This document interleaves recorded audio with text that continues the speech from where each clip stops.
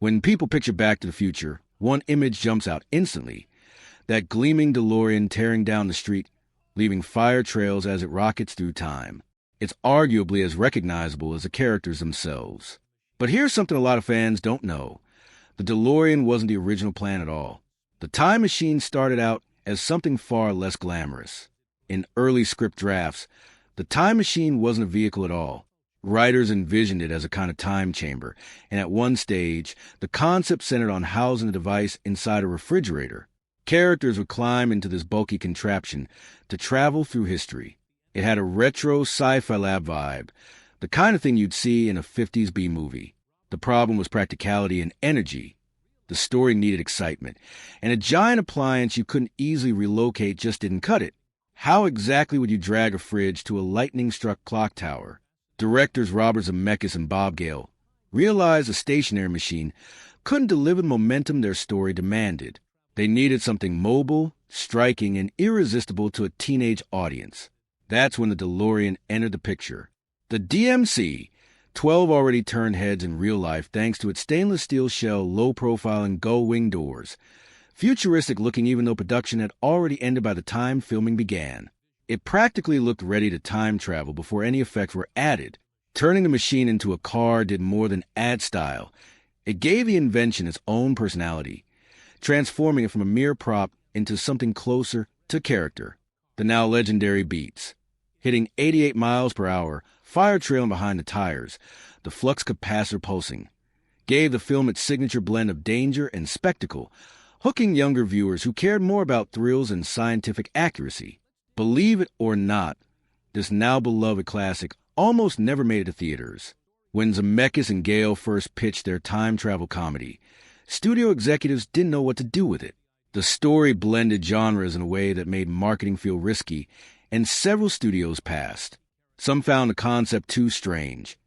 Others doubted general audiences would connect with it, and a few worried the young lead character wouldn't resonate or that the effects would be too costly to execute well.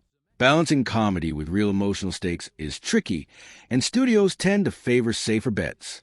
What kept the project from dying was sheer persistence, particularly from Zemeckis and producer Steven Spielberg, whose reputation gave the pitch enough credibility to get Universal Pictures on board, even though the studio remained cautious. Without that push, the film might have stayed stuck in development forever. Michael J. Fox was always Zemeckis and Gale's top pick for Marty McFly, but landing him wasn't simple. He was locked into the sitcom Family Ties, playing Alex P. Keaton, and producers were hesitant to let him go, fearing it would hurt the show. So Fox initially had to turn the film down.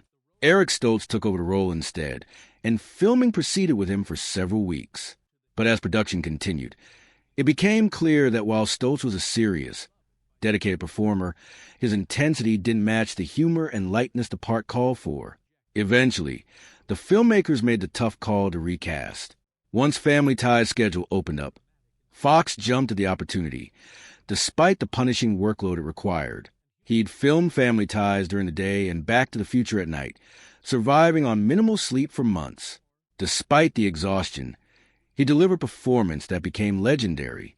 Notably, Fox has never expressed resentment toward Stoltz. The two developed mutual respect over the years, with Fox acknowledging how tough it must have been to be replaced mid-shoot. His gratitude for the opportunity never faded, and audiences rewarded his effort. His chemistry with Christopher Lloyd, Leah Thompson, and Crispin Glover became a huge part of the film's charm. Even as Fox has since navigated his public battle with Parkinson's disease, that early chapter remains a defining example of his work ethic and resilience. Behind the scenes, the shoot wasn't nearly as smooth as the finished film suggests. One surprising story involves early friction between Leah Thompson and Michael J. Fox. Today they're remembered as a perfect on-screen pair, but their off-screen relationship didn't start warmly. Of the tension traced back to Eric Stoltz. Thompson had already built a rapport with him during the weeks he played Marty, and when he was let go, she felt for him, especially since she didn't initially hold Fox in the same regard.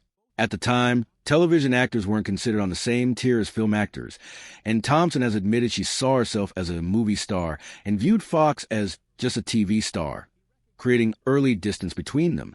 Adding to the tension, the production itself was under strain from the sudden recasting. with everyone racing to reshoot scenes and stay on schedule. Fox, running on almost no sleep from his dual filming commitments, still brought a completely different energy to set, light, playful, and instinctively funny. It took Thompson some adjustment, but as they filmed more scenes together, particularly the well-known 1950s flirtation sequences, her perspective shifted. She realized his comedic touch wasn't just entertaining. It was exactly what the story needed. Where Stoltz brought gravity, Fox brought levity, and that combination made the film work. Over time, Thompson came to deeply respect Fox's professionalism and humility despite his exhausting schedule. She's since been candid about how her loyalty to Stoltz and assumptions about TV actors shaped her early attitude, an honest admission that's rare in the industry.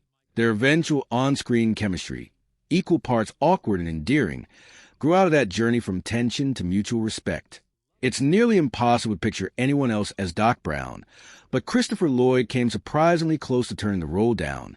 At the time, Lloyd was an established actor known for playing Reverend Jim on Taxi, and for dramatic film work, including One Flew Over the Cuckoo's Nest.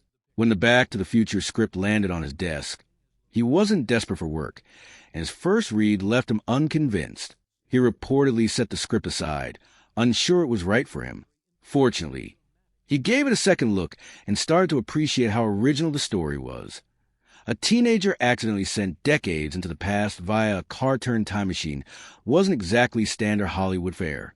What really sold him, though, was a chance to work with Zemeckis, whose passion and inventive style made a strong impression even before he became a major name in Hollywood. Once filming started, it was obvious Lloyd had made the right call.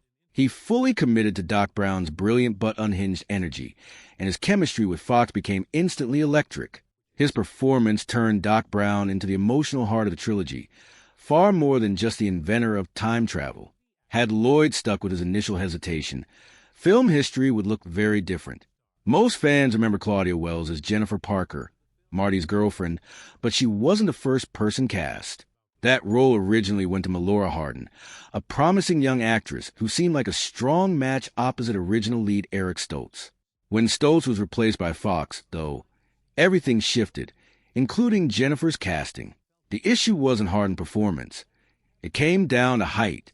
Standing next to Fox, who was around 5 feet 4 inches to 5 feet 5 inches, Hardin appeared noticeably taller, and filmmakers worried this would look awkward for an on-screen couple.